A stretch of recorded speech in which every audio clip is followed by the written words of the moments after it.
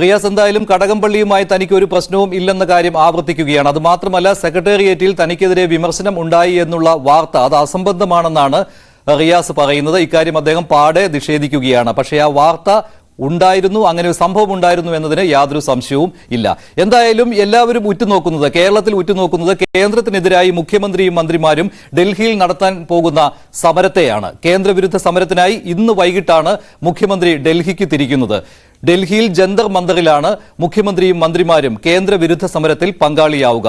ഇതിന്റെ കൂടുതൽ വിവരങ്ങൾ നൽകുന്നതിന് വേണ്ടി ഡാൻ കുര്യനുണ്ട് തിരുവനന്തപുരത്ത് നിന്ന്. ഡാൻ, തിരുവനന്തപുരത്ത് നിന്ന് തത്സമയം ചേരുകയാണ് പകൽ വാർത്തയിൽ. ഡാൻ, എന്തായാലും ഈ ജന്തർ മന്ദറിൽ സമരം നടക്കുമോ എന്ന കാര്യത്തിൽ ചില സംശയമുണ്ടായിരുന്നു. അത് രാംലീല മൈതാനത്തേക്ക് മാറ്റണം എന്ന ആവശ്യം പോലും ഉണ്ടായിരുന്നു ഡൽഹി പോലീസിന്റെ ഭാഗത്ത് നിന്ന്. പക്ഷേ ഇപ്പോൾ സംശയങ്ങളെല്ലാം മാറിയിട്ടുണ്ടല്ലോ, അനുവാദം കിട്ടിയിട്ടുണ്ട്. ചില മന്ത്രിമാർ ഇതിനകം ഡൽഹിയിൽ ചെന്നിട്ടുമുണ്ട്. എന്തൊക്കെ മുദ്രാവാക്യങ്ങളായിരിക്കും ഉന്നയിക്കുക? അത് മാത്രമല്ല, ഇത് സമ്മേളനമാണോ അതോ ഒരു പ്രതിഷേധമാണോ? ഇക്കാര്യത്തിലൊരു തീരുമാനമായിട്ടുണ്ടോ അന്തിമമായി? മഞ്ജുഷ്, സമരം തന്നെയാണ് ഡൽഹിയിലെ ജന്തർ മന്ദറിൽ കേന്ദ്ര സർക്കാരിനെതിരെ നടക്കുകയെന്ന് ഉറക്കെ പ്രഖ്യാപിച്ചുകൊണ്ടാണ് മുഖ്യമന്ത്രി പിണറായി വിജയനും മന്ത്രിമാരും ഇടത് എംപിമാരും MLA-മാരും എല്ലാം അവിടേക്ക് എത്തുന്നത്. കേന്ദ്ര സർക്കാരിനെതിരായി BJP വിരുദ്ധ പ്രതിപക്ഷ സഖ്യങ്ങളുടെ മുഴുവൻ പിന്തുണ ഉറപ്പാക്കിക്കൊണ്ട് ഈ സമരം ചെയ്യുന്നതിന് വേണ്ടിയിട്ടുള്ള നീക്കമാണ് ഇടത് നേതൃത്വം നടത്തിക്കൊണ്ടിരുന്നത്. അതിൽ അവർക്ക് ആശ്വാസമായി കർണാടകത്തിൽ നിന്ന് സിദ്ധരാമയ്യയുടെയും DK ശിവകുമാറിന്റെയും നേതൃത്വത്തിലുള്ള മന്ത്രിസഭ നാളെ കേരള സർക്കാർ 8-ാം തീയതി നടത്തുന്ന സമരത്തിന് മുൻപേ അവിടെ സമരവുമായി എത്തുകയാണ്. സംസ്ഥാനത്ത് അത് പ്രതിപക്ഷത്തിന് വലിയ തലവേദനയായി മാറുമ്പോൾ സർക്കാരിനെ സംബന്ധിച്ച് വലിയ ആശ്വാസമായി മാറുകയാണ്. സിദ്ധരാമയ്യയുടെ നേതൃത്വത്തിൽ കേരളം ഉന്നയിച്ച അതേ ആവശ്യം ഉന്നയിച്ചുകൊണ്ട് കേന്ദ്ര അവഗണന തങ്ങൾക്കെതിരെയും തുടരുകയാണ് എന്ന നിലപാടിൽ കർണാടകവും സമരവുമായി രംഗത്തെത്തുമ്പോൾ ഏതാണ്ട് 200ഓളം ഗ്രാമങ്ങളിൽ വരൾച്ച ഉണ്ടായിട്ടും അടിയന്തര സഹായ പദ്ധതികളൊന്നും ബജറ്റിൽ പ്രഖ്യാപിക്കാതിരുന്നതിനെതിരെയാണ് കർണാടകയിൽ സമരമെങ്കിൽ കേരളം സമരവുമായി രംഗത്തെത്തുന്നത് റെയിൽവേ വികസന കാര്യത്തിൽ അടക്കം കേരളത്തോട് കടുത്ത അവഗണന തുടരുന്നു. സാമ്പത്തിക അസമത്വമാണ്. ഫെഡറൽ സംവിധാനത്തിന്റെ നിലനിൽപ്പിനെ തന്നെ ചോദ്യം ചെയ്യുന്ന തരത്തിലേക്കാണ് കേന്ദ്ര സർക്കാരിന്റെ ഇടപെടൽ. കേരളത്തോട് ബോധപൂർവമായ ഐത്തമാണ് കേന്ദ്ര സർക്കാരിന്റെ ഭാഗത്തു നിന്ന്. രണ്ട് സർക്കാരിന്റെയും നിലപാടുകൾ രണ്ട് തരത്തിൽ ഉണ്ടല്ലോ. ഇപ്പോൾ സംസ്ഥാന സർക്കാർ പറയുന്നത്, പ്രധാനമായും കേന്ദ്രത്തിനെതിരെ ഉന്നയിക്കുന്നത്, കഴിഞ്ഞ സാമ്പത്തിക വർഷം മുഴുവനായിട്ട് കേരളത്തിനുള്ള ആനുകൂല്യങ്ങൾ വെട്ടിക്കുറച്ചതിനെ കുറിച്ചാണ്. അതിൽ കേന്ദ്രത്തിന്റെ നികുതി വിഹിതത്തിലുള്ള കുറവ് മുതൽ ഈ GST കോമ്പൻസേഷന്റെ കാര്യം വരെയുണ്ട്. പക്ഷേ കേന്ദ്ര ബജറ്റിൽ എന്തെല്ലാം കാര്യങ്ങളാണ് കർണാടകത്തിന് കിട്ടാതെ പോയത്? ഇക്കാര്യമാണല്ലോ സിദ്ധരാമയ്യ പ്രധാനമായും ഉന്നയിക്കുന്നത്.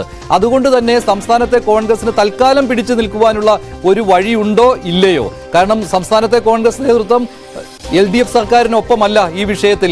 57,400 കോടി രൂപ കിട്ടാനുണ്ട് എന്നുള്ള വാദത്തിൽ കഴമ്പില്ല എന്നാണ് സംസ്ഥാന കോൺഗ്രസ് പറയുന്നത്. അവിടെ 3,100 കോടിയുടെ കാര്യമേ സംസ്ഥാന കോൺഗ്രസ് പറയുന്നുള്ളൂ. അപ്പോൾ സിദ്ധരാമയ്യ തൽക്കാലം സംസ്ഥാന കോൺഗ്രസ് നേതൃത്വത്തെ രക്ഷിച്ചിട്ടുണ്ടോ?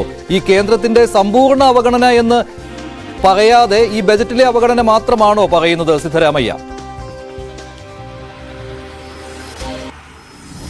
ഈ കർണാടകത്തിന്റെ ഭാഗത്തു നിന്ന് പൊടുന്നനെ ഇങ്ങനെ ഒരു നിലപാടുണ്ടാകാൻ കാരണം ഞാൻ നേരത്തെ സൂചിപ്പിച്ച പോലെ ഈ 200ഓളം ഗ്രാമങ്ങൾ അതിരൂക്ഷമായ വരൾച്ച നേരിടുകയാണ്. ആ വരൾച്ചയുമായി ബന്ധപ്പെട്ട് അതിനെ അതിജീവിക്കുന്നതിന് വേണ്ടി കേന്ദ്ര സർക്കാരിന്റെ ഭാഗത്തു നിന്ന് അടിയന്തരമായ ഇടപെടൽ വേണമെന്നായിരുന്നു കർണാടകത്തിന്റെ ആവശ്യം. ഇക്കാര്യം അവർ കേന്ദ്ര മന്ത്രാലയങ്ങളെ എല്ലാം തന്നെ നേരിട്ട് കണ്ട് ബോധിപ്പിച്ചതുമാണ്. പക്ഷേ ബജറ്റിൽ അതുമായി ബന്ധപ്പെട്ട യാതൊരു തരത്തിലുള്ള പ്രഖ്യാപനങ്ങളും ഈ വരൾച്ചയെ നേരിടുന്നതുമായി ബന്ധപ്പെട്ട ഉണ്ടായില്ല എന്ന വിഷയം ചൂണ്ടിക്കാണിച്ചുകൊണ്ടാണ് കേന്ദ്രത്തിനെതിരെ സമരത്തിനിറങ്ങുകയാണ് എന്ന് കർണാടക ഉപമുഖ്യമന്ത്രി DK ശിവകുമാർ തന്നെ വ്യക്തമാക്കിയത്. അതിന് പിന്നാലെയാണ് സിദ്ധരാമയ്യയും ശിവകുമാറും DK ശിവകുമാറും അടങ്ങുന്ന മന്ത്രിസഭ ഒന്നാകെ നാളെ കേന്ദ്ര വിരുദ്ധ സമരവുമായി ജന്തർ മന്ദറിലേക്ക് എത്തുന്നത്. അവിടെ കൃത്യമായി സംസ്ഥാനത്ത് പ്രതിപക്ഷ നേതാവ് VD സതീശൻ അടക്കം കഴിഞ്ഞ ദിവസങ്ങളിൽ ആവർത്തിച്ച് പറഞ്ഞ ഒരു പ്രധാനപ്പെട്ട കാര്യം, മുഴുവൻ വിമർശനങ്ങളും കേന്ദ്രത്തിനെതിരെ ഉന്നയിച്ചുകൊണ്ട് കൈയൊഴിഞ്ഞു മാറാൻ സംസ്ഥാനത്തിനാവില്ല. ധനകാര്യ മാനേജ്മെന്റിൽ സംസ്ഥാനത്തിന് വീഴ്ച സംഭവിച്ചിരിക്കുന്നു. ബജറ്റിലെ എസ്റ്റിമേറ്റ് തയ്യാറാക്കുമ്പോൾ ആകെ ചെലവാക്കേണ്ട തുകയുടെ 52% മാത്രമാണ് ചെലവാക്കിയിരിക്കുന്നത്. 3,700 കോടി മാത്രമേ കിട്ടാനുള്ളൂ. GST കോമ്പൻസേഷൻ 5 വർഷത്തേക്കാണ് എന്ന് പാർലമെന്റ് അംഗീകരിച്ച കാര്യമാണ്. അത് കേരളത്തിന് മാത്രമായി മാറ്റിക്കൊടുത്താലും അവർക്ക് ആ സഹായം കിട്ടുന്നതിന് തടസ്സമായി ഒരുപാട് സാങ്കേതിക പ്രശ്നങ്ങൾ നിൽക്കുന്നു. അപ്പോൾ പിന്നെ എങ്ങനെ കേന്ദ്രത്തിന്റെ അവഗണന കൊണ്ടാണ് കേരളം പ്രതിസന്ധി നേരിടുന്നു എന്ന കാര്യം ഇങ്ങനെ തുടർച്ചയായി ആവർത്തിക്കാൻ കഴിയും? അതോടൊപ്പം പ്രധാനമായി UDF ഏകോപന സമിതി യോഗത്തിലടക്കം ഉയർന്നു വന്ന ഒരു വിമർശനം, ഡൽഹിയിൽ ആം ആദ്മി സർക്കാർ അടക്കം സമാനമായ രീതിയിൽ ഡൽഹി ഭരിക്കുന്ന ആം ആദ്മി സർക്കാരിനടക്കം ഈ കേന്ദ്ര അവഗണന നേരിടുന്നുണ്ട്. പക്ഷേ ആ അവഗണന നേരിടുന്ന മറ്റ് സംസ്ഥാനങ്ങളൊന്നും സ്വീകരിക്കാത്ത ഒരു വഴിയിലേക്ക് കേരളം മാത്രം പോകുന്നത് എന്തിനു വേണ്ടിയാണ്? അവിടെ കൃത്യമായി സംസ്ഥാനത്തിന്റെ സർക്കാരിന്റെ ഭാഗത്തുണ്ടായിരിക്കുന്ന വീഴ്ചകൾ മറച്ചുവെക്കാൻ കേന്ദ്രത്തെ പഴിചാരി രക്ഷപ്പെടാനുള്ള നീക്കമാണ് നടത്തുന്നത് എന്ന വിമർശനമാണ് പ്രതിപക്ഷം ഉന്നയിക്കുന്നത്. അതിനെ പ്രതിരോധിക്കുന്നതിന് വേണ്ടി ധനമന്ത്രി KN ബാലഗോപാൽ തന്നെ കഴിഞ്ഞ ദിവസം വ്യക്തമാക്കിയത്, അഭിമാനം നോക്കി നിൽക്കാതെ സംസ്ഥാനത്തിന്റെ പൊതു ആവശ്യമായി ഇതിനെ പരിഗണിച്ചുകൊണ്ട് തനിച്ച് സമരം ചെയ്യാനെങ്കിലും പ്രതിപക്ഷം തയ്യാറാകണമെന്നാണ്.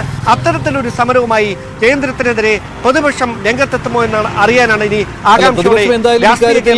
സംസ്ഥാന സർക്കാരിനെ അനുകൂലിച്ചുകൊണ്ടുള്ള ഒരു സമരത്തിലും പങ്കാളിയല്ല എന്ന് അറിയിച്ചിട്ടുണ്ട്. അതേസമയം തന്നെ സംസ്ഥാന സർക്കാർ പല മുഖ്യമന്ത്രിമാരോടും ആശയവിനിമയം നടത്തിയിരുന്നു. അതിൽ ഏറ്റവും പ്രധാനപ്പെട്ടത് തമിഴ്നാട് മുഖ്യമന്ത്രിയായ സ്റ്റാലിനാണ്. സ്റ്റാലിൻ എന്തായാലും സംസ്ഥാന സർക്കാരിന്റെ ഈ പ്രതിഷേധത്തിന് പിന്തുണ അറിയിച്ചിട്ടുണ്ട്. അത് വലിയ ആശ്വാസം സംസ്ഥാന സർക്കാരിന് നൽകിയിട്ടുമുണ്ട്. സ്റ്റാലിന്റെ പ്രസ്താവനയാണ് ഈ കാണുന്നത്. കേരള മുഖ്യമന്ത്രി എഴുതിയ കത്ത് ബഹുമാനപ്പെട്ട കേരള വ്യവസായ മന്ത്രി രാജീവ് നൽകിയിരുന്നു എന്നാണ് സ്റ്റാലിൻ പറയുന്നത്. നേരിട്ട് തന്നെ മന്ത്രി P. രാജീവ് നേരിട്ട് തന്നെ സ്റ്റാലിനെ കണ്ട ആ കത്ത് കൈമാറിയിരുന്നതാണ്. അപ്പോൾ അങ്ങനെ ഒരു കത്ത് കൈമാറിയ സ്ഥിതിക്ക് പിന്തുണ നൽകുകയാണ് എന്നാണ് സ്റ്റാലിൻ അറിയിച്ചിരിക്കുന്നത്. DMK-യുടെ നേതാക്കൾ ഈ സമരത്തിൽ ഡൽഹിയിൽ ചെന്ന് പിന്തുണ നൽകും, ഇക്കാര്യമാണ് സ്റ്റാലിൻ അറിയിച്ചിരിക്കുന്നത്. സ്വയംഭരണ അവകാശത്തെ എതിർക്കുന്നു, ഫെഡറൽ സംവിധാനത്തിന് മങ്ങലേൽപ്പിക്കുന്നു തുടങ്ങിയ കാര്യങ്ങളാണ് സ്റ്റാലിൻ അറിയിച്ചിരിക്കുന്നത്. എന്തായാലും ഇത് വലിയ ആശ്വാസമാണ് സംസ്ഥാന സർക്കാരിന് നൽകിയിരിക്കുന്നത്. ഡാൻ ചേരുകയാണ് ഒരിക്കൽ കൂടി തിരുവനന്തപുരത്ത് നിന്ന്. ഡാൻ, എന്തായാലും ഇക്കാര്യത്തിൽ സ്റ്റാലിന്റെ പിന്തുണ കിട്ടി, സിദ്ധരാമയ്യയുടെ പിന്തുണയുണ്ട്. അത് ഭാഗികമാണെങ്കിലും സംസ്ഥാന സർക്കാരിന് അനുകൂലമാണ്. സംസ്ഥാന കോൺഗ്രസിനെതിരെ അടിക്കുവാനുള്ള ഒരു വടിയായിട്ട് സ്വാഭാവികമായിട്ടും അത് ഉപയോഗിക്കാം. എന്തായാലും DMK-യുടെ പിന്തുണ ഏതെല്ലാം രീതിയിൽ സഹായകരമായിട്ടുണ്ട് സംസ്ഥാന സർക്കാരിന്? നമുക്കറിയാം, പിണറായി സർക്കാരിന്റെ ആദ്യകാലം മുതൽ തന്നെ MK സ്റ്റാലിനുമായി വളരെ അഭേദ്യമായ ഒരു ബന്ധം പിണറായി വിജയൻ കാത്തുസൂക്ഷിക്കുന്നുണ്ട്. കേരളത്തിൽ നടന്ന പല പൊതുപരിപാടികളിലും MK സ്റ്റാലിൻ പങ്കെടുത്തിട്ടുമുണ്ട്. ഏക സിവിൽ കോഡ് വിഷയത്തിൽ അടക്കം, അല്ലെങ്കിൽ ഫെഡറൽ സംവിധാനത്തിന്റെ നിലനിൽപ്പിനെ ചോദ്യം ചെയ്യുന്നുവെന്ന ആക്ഷേപം ഉന്നയിച്ചുകൊണ്ട് ഇടത് സർക്കാർ മുമ്പോട്ട് വെച്ച എല്ലാ പ്രതിഷേധ പരിപാടികളിലും പിന്തുണയുമായി MK സ്റ്റാലിൻ എത്തിയിട്ടുണ്ട്. സമാനമായ പിന്തുണ ഈ വിഷയത്തിലും അദ്ദേഹം ആവർത്തിക്കുകയാണ്. കേന്ദ്ര അവഗണന സംസ്ഥാനങ്ങളോട് തുടരുന്നു.